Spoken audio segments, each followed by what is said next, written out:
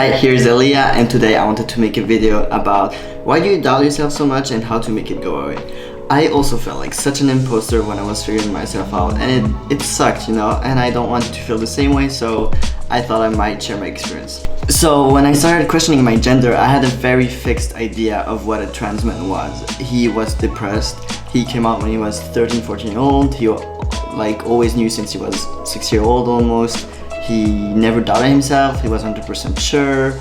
He had crippling dysphoria, hated anything that was feminine. He hated makeup, hated girl activities, wearing girls' clothes, and he hated his puberty. And like, I had this very extreme and fixed view of trans men as he hated anything that had to do with who he was before and as a woman, and was sure 100% that he was a man. There's also a few points that didn't affect me, but if you are from certain minorities, it can make it even more difficult for you to relate to trans men. For example, most trans men are white, and I mean the representation, not in real life. Most trans men representation are white men who are able and stuff like that. So it can make it even harder for you to relate if you're part of those minorities. So what I'm trying to say is that even though like there was something deep inside of me telling me that I wanted to be a boy so bad, I thought I couldn't because I didn't tick all of those boxes. There's a silly phrase that I kept telling myself that I think represents well what I'm trying to say. I would always say, I want to be a boy, but I'm not one. Or I want to be trans, but I'm not one. I knew I wanted to be a boy or to transition, but I didn't feel valid because the idea that I had in my head of a trans man didn't match how I felt. What I didn't know was that wanting to be the opposite gender or another gender is the essence of what being trans is, and not all those little details. So in the next part, I will be deconstructing some trans myth in hope that you will feel more valid. So the first one is puberty. When I had my puberty, I didn't hate it. That's suspicious. That's weird. Like, I was kind of happy about it. I had my puberty quite late, and when it happened, I was happy that I could relate with all the other girls and what they were all talking about. And also I was happy that boys would finally like me, which is so stupid, but... And this made me doubt so much, like, why would a trans boy be so happy about having boobs? Big boobs? What? Child. Anyway, so... When I look back to it, I realized that I was presenting as a boy for a long time and telling people I was a boy until I was 11, 12 years old. And then I started wearing feminine, like, I started trying to be a girl, literally, in order for boys to like me and people in general to like me. I think at a certain age your brain understands that being trans is normal and that I was supposed to be a girl and I was supposed to behave like one. And also I was in a society, I mean we all live in a society where we are rewarded if we do behave like girls or if we wear more feminine stuff. And I thought looking like a woman or like a grown woman, like with puberty and everything, that then people would like me more because I would belong more. What I'm trying to say is that sadly it's not, or not sadly, beautifully, it's not as white and black as we think. The things are more nuanced with gender too, and it's okay if you didn't hate everything that had to do with a woman, or if you didn't hate your life as a woman before.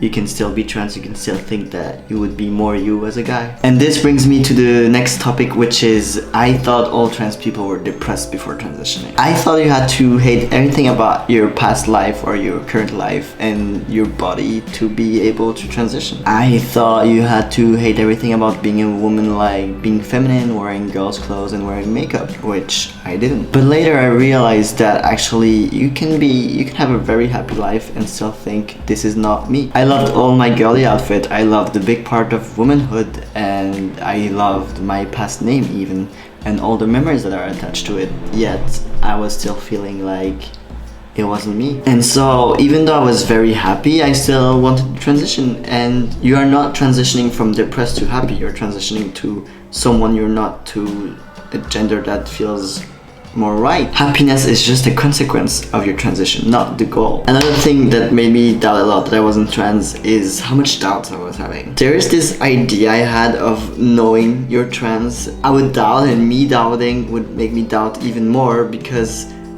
I thought, well, if I'm doubting myself so much, then I'm probably then it's probably not for me, you know. It's probably like my body trying to tell me, oh, like, no, this is not for you. It was a very vicious circle, because I would doubt, and I would doubt because I doubted, and so on. I thought being trans had to be something you always knew, but actually it's a lot more complicated than that. And I think a big part of it is because your brain was taught since such an early age to deny anything that might show you're trans. So when you're starting to think, I might be trans, the reflex of your brain to protect you is to be like, no, this can't be, and find any reason why you can be trans. Not today, Satan, not today. And so I think your brain needs time. It needs time to understand that now you're allowed to be trans, and time to understand that trans is beautiful. So I think what helped my brain is firstly the representation, seeing a lot of trans people, especially on social media, being attractive, being happy, and living just a normal life. So then my brain started to link being trans with something more positive. And the second one, and I know you don't want to hear that, but the second one is just giving some time.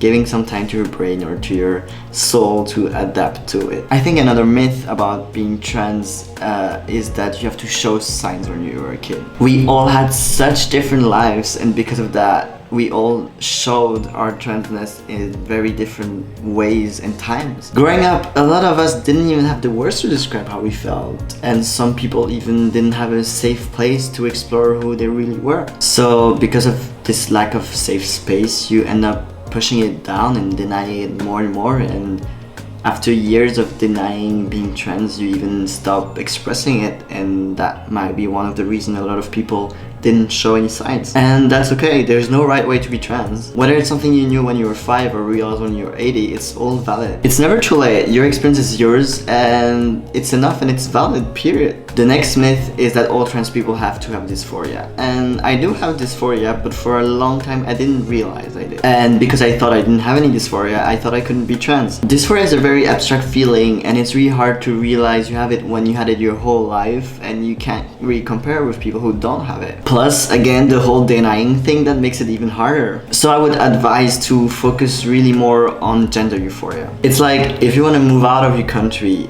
focus on which country would make you the happiest, and now are you miserable enough to be allowed to move out? If you want to know a bit more about those doubts, I made a video on it, and I also did another video about grieving womanhood, so feel free to check it out. So this is already the end of the video, and feel free to share in the comments which misconception did you struggle with. I'm really curious to see that. Thank you for watching, and please remember, the only right way to be trans is to be yourself.